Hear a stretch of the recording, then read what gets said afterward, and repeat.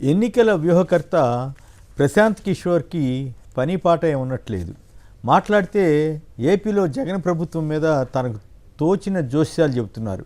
ఆయన గతంలో సర్వేల సంస్థ నిర్వహించి ఉండొచ్చు, కానీ ఇప్పుడు అట్లా సర్వేల సంస్థే నిర్వహించట్లేదు కదా. అయినప్పుడు కూడా అనుభవంతో చెప్పవచ్చు. మరి ఆయన చెప్పిన కొన్ని జోస్యాలు ఈ మధ్యకాలంలో తప్పులైనవి కదా. ఇప్పుడు తాజాగా మొత్తం ఆయన చెప్పిన విషయాలు చదివితే అర్థమైంది ఏంటంటే, ఆయన ఏదో ప్రస్తుతం ఒకప్పుడు బీజేపీకి దూరమైన ఇప్పుడు మళ్ళీ బీజేపీకి దగ్గర అవడానికి కోసం ప్రయత్నం చేస్తున్నట్లుగా అనిపిస్తుంది. తెలంగాణలో అధికార కాంగ్రెస్ కంటే బీజేపీకి ఎక్కువ సీట్లు రావచ్చు అన్నట్టుగా చెప్పాడు. అయితే జాగ్రత్త పడి తెలంగాణలో బీజేపీ నెంబర్ 1 స్థానం కానీ నెంబర్ 2 స్థానం కానీ వస్తుందని చెప్పాడు. అలాగే దేశవ్యాప్తంగా మోడీ గారి గురించి చెప్పాడు, పలానా రాష్ట్రాలని చెప్పాడు. సరే, దేశవ్యాప్తంగా మోడీ గారి గురించి ఆయన కొత్తగా చెప్పాల్సిందేం లేదు, కానీ బట్ ఆయన ధోరణి చూస్తే ఎన్డీఏకి అనుకూలంగా బీజేపీకి అనుకూలంగా మారుతున్నట్లుగా కనపడతా ఉంది. ఎందుకంటే ఈ పరిణామాలు ఇవన్నీ కూడా సరే దేశవ్యాప్తంగా ఎలాంటి పరిణామాలు చోటు చేసుకున్నా ఏదన్నా కానీ ఆయన ప్రత్యేకించి జగన్ గారి మీద మాట్లాడుతున్న ఏపీ ముఖ్యమంత్రి వైఎస్ జగన్ గారి మీద మాట్లాడుతున్న దాంట్లో ఆయన ఏదో కొంత ప్రిజుడ్యూస్ అయినట్లుగా అనిపిస్తుంది. లేకుంటే ఆయన ఇట్లాంటి మాటలు మాట్లాడనిపిస్తుంది.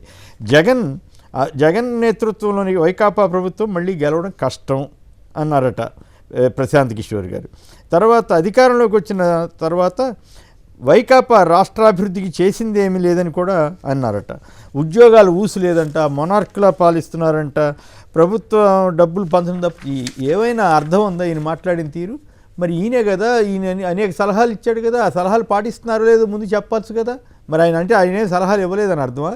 అంటే జగన్ గారు శుభ్రంగా తన ఎజెండా ప్రకారం తను చేసుకుని తనే గెలిచాడని ప్రశాంత్ కిషోర్ ఒప్పుకున్నట్లే కదా.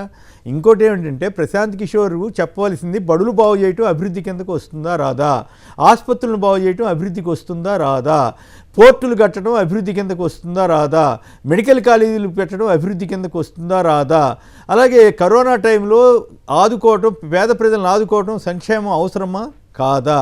ఏమిటో ఆయన ప్రశాంత్ కిషోర్కి ఏదో పిచ్చి పెట్టినట్లు జనరల్గా మాట్లాడేసి జగన్ మీద కాస్త బురదేసేసి చంద్రబాబు గారు పంపించిన స్పెషల్ ఫ్లైట్లో వచ్చి వెళ్ళినప్పుడు మరి అది విధాయకం అనిపించిందా, పద్ధతి అనిపించిందా?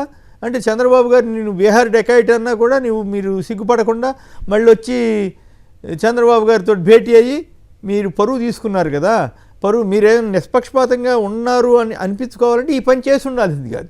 ఎప్పుడైతే మీరు చంద్రబాబు గారు ఏర్పాటు చేసిన విమానంలో వచ్చి ఆయనతోటి కూర్చుని ఆయన పొగిడెళ్ళారో అప్పుడే అయిపోయింది, మీ పరువు కాస్త పోయింది. మీకు వైసీపీ మీద ఏదో అసంతృప్తి ఉన్నట్టుంది. లేదు, జగన్ గారు అంటే మీకేదో ఇతరుడి మళ్ళీ మీతోటి ఎంత ఇదిగా లేరో, మీరు రాజకీయాలని వెళ్ళిపోయారు, ఆయన పని చేసుకుంటున్నాడు. అయినప్పుడు కూడా మీకేదో లోపలేదో దొబ్బుదేగులు పెట్టుకుని జగన్ గారి ప్రభుత్వాన్ని ఇట్లా శాపాలు పెట్టడం వల్ల ఏమీ అవ్వదు. కింద నుంచి సామెత ఉంది కదా, ఉట్టి కింద కూర్చుని పిల్లి శాపనార్థాలు పెడితే ఉట్టి తెగపడదని. సో అట్లా ప్రశాంత్ కిషోర్ గారు అచ్చంగా ఈ ఉట్టి శాపనార్థాలు పెడుతూ తనేదో అది చేస్తాను తను చెప్పినవన్నీ కరెక్ట్ అయిపోతున్నట్లుగా ఆయన ఫీల్ అయితే ఆ రోజులు పోయాయి. ఆయన నిజంగా పరిస్థితి ఉంటే ఆయన బీహార్లో ఆయన గెలిచి ఉండాలి కదా. ఆయనకి అక్కడే ఇంతవరకు ఎందుకు రాలేదు? అంత గొప్ప వ్యూహకర్తగా పేరు తెచ్చుకున్నాడు కదా. అంటే ఇవన్నీ మరి ఉత్తరప్రదేశ్లో కాంగ్రెస్ ఎందుకు గెలిపించలేకపోయాడు? ఇవన్నీ చెప్పుకుంటూ పోతే చాలా ఉంటాయి.